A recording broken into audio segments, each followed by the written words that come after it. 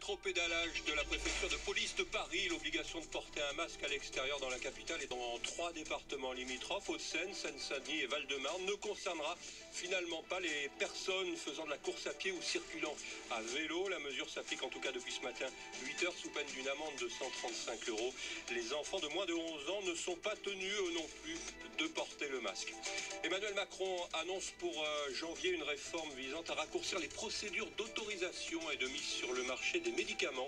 Le chef de l'État qui visitait ce matin un laboratoire pharmaceutique près de Paris, il a aussi annoncé que 15 milliards d'euros seront consacrés à l'investissement et aux relocalisations dans le plan de relance à 100 milliards d'euros que le gouvernement doit présenter dès la semaine prochaine.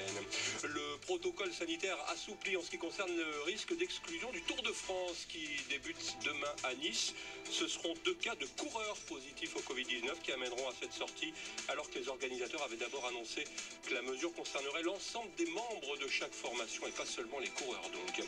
Victime du confinement, le PIB français, la richesse du pays a chuté de 13,8% entre avril et juin, après un recul de 5,9% durant les 3 premiers mois de l'année d'après les chiffres de l'INSEE.